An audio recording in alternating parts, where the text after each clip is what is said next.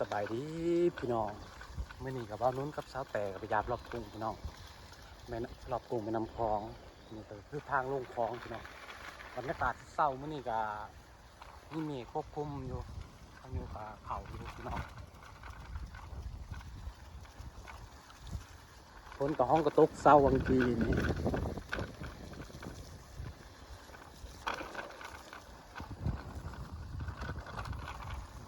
ทางลงคลองกับใช่แต่มันบกเปื่อนพอไปพอมาได้อยู่พี่น้องมื่อนี้ขี่รถไฟฟ้าคนละคัน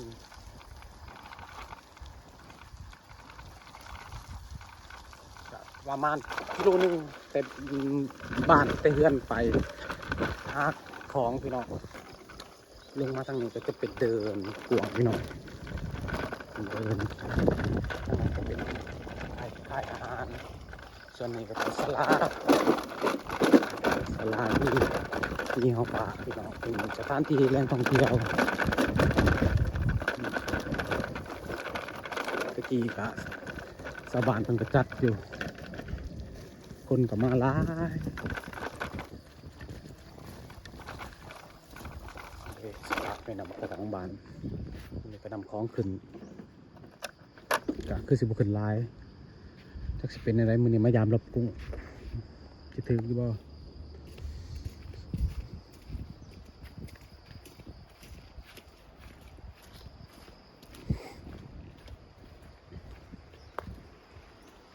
ฝนตกวัดเศร้าแต่ใครแต่พ้นเศร้า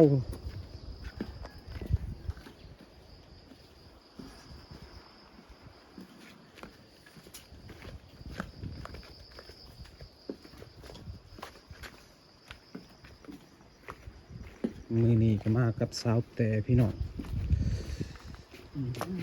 ดอกมากกว่าคือมึงแต่เนาะจะเป็นตะถือคือบอก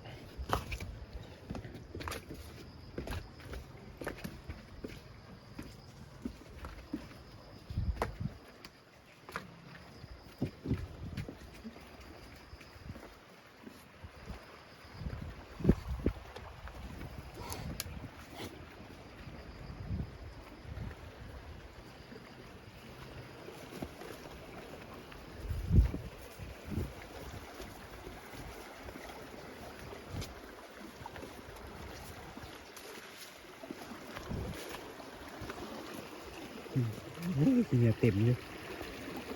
กินเนื้อลายนี่เลยไปดำล้างน้ำก่อนบอกไปรถบ่เป็นยังดอกไม่เลิกดอกน้ำคลองกะ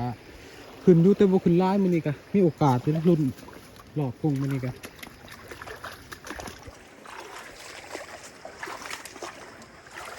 น้ำกะถึงกับถ่วงทางพี่น้องมาดามรบกุ้งพี่น้องเตาคือเดิมสิ่งถึงบ่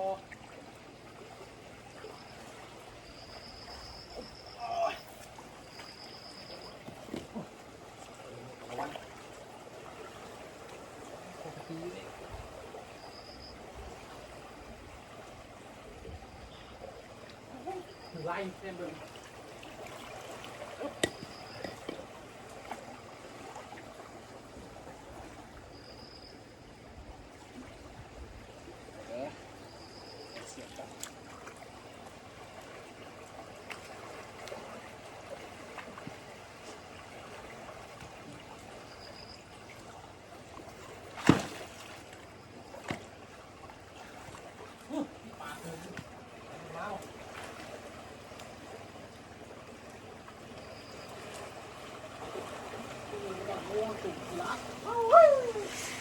พี่น้องมาดิ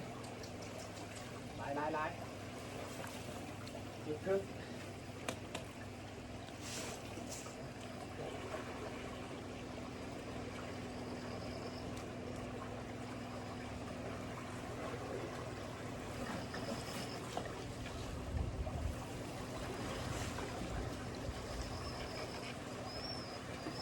มันไต่ออกหมดแล้วน้ำมันเศร้าเท่าอย่างมันร้ายกับปาก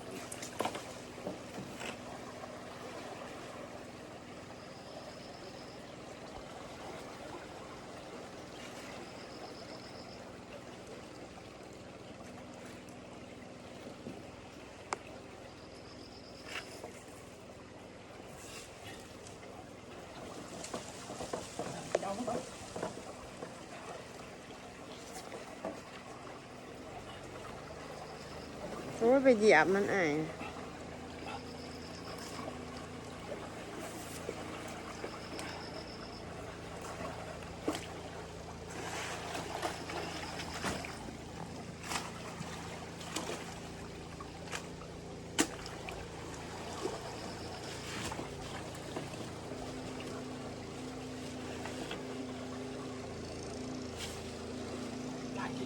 ล้างขี้ออกมาอู้นัก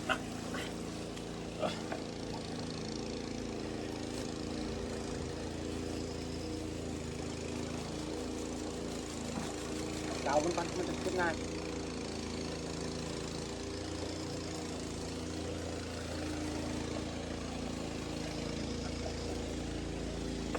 ถึงเลยครับตะกวนแล้ว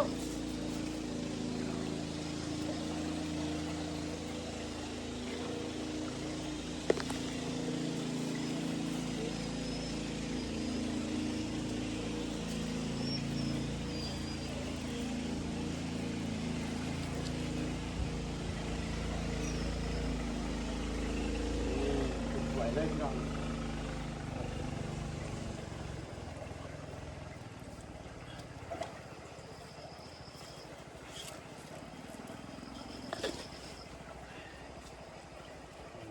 2 ถ้วยก็เต็มเลย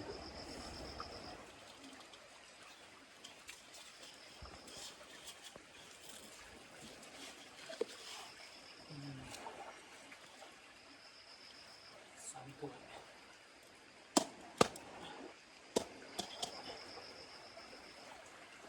เอามันกัน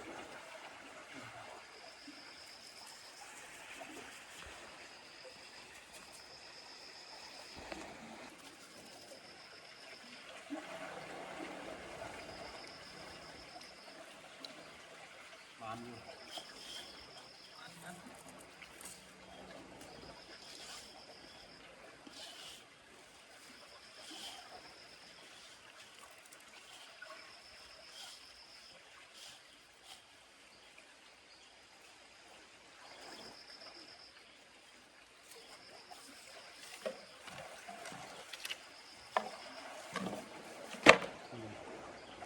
กุ้ง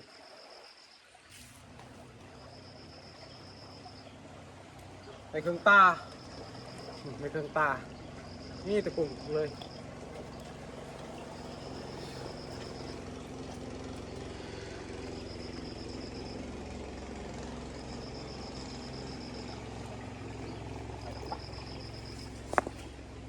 พยายามล้างนะยังสิเป็นอะไรไปซื้อกันเลย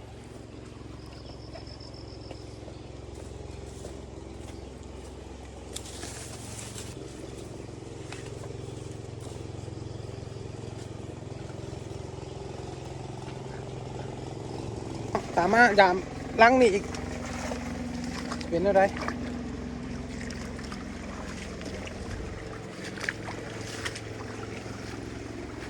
นี่ก็ได้เครื่องตาไปแล้วรอบล้างหนึ่งก็ได้เครื่องตานี่ตะกุ้ง มันจืดเลยปวดนี่ได้เนาะ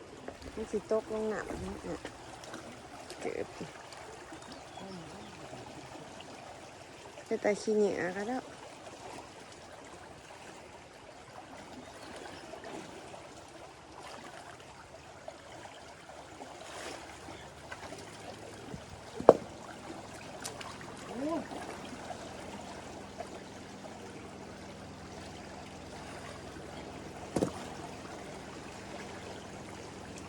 ขี้เหนียวลายแท้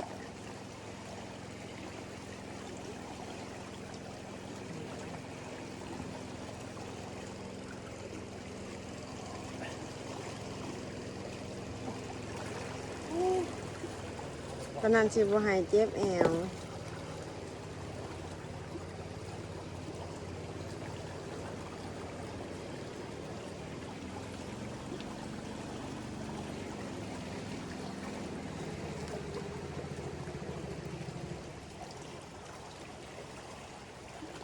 ห้องกดเบียร์ไหม9 บาทโอเค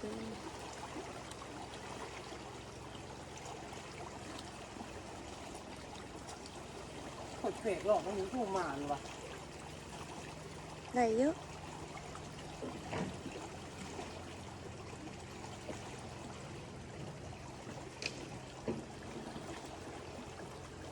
ที่มันขึ้น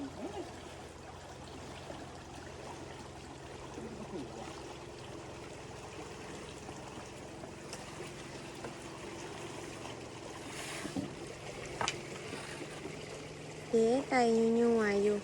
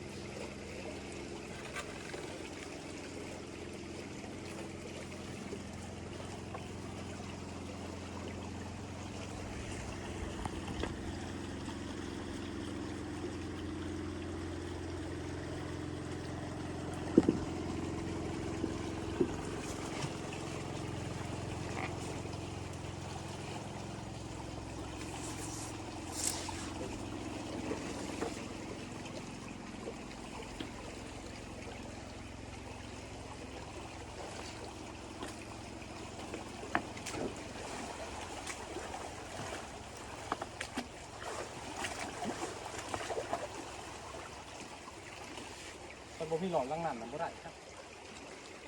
ได้บ่ถ้วยหนึ่ง ได้อยู่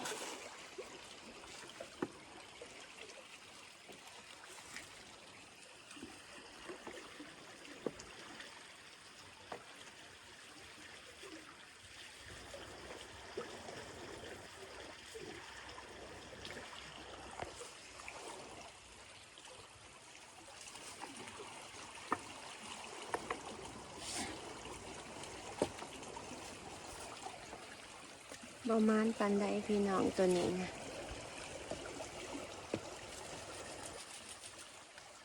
ได้อยู่ประมาณถ้วยหนึ่ง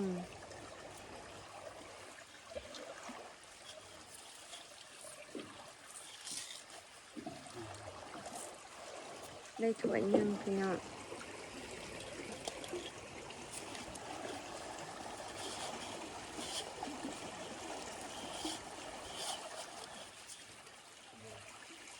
นี่เด็กได้เกือบหมดพวกนี่ได้ครึ่งป้าปลาคง เด็ดโตจุงเต้นจุงเต้น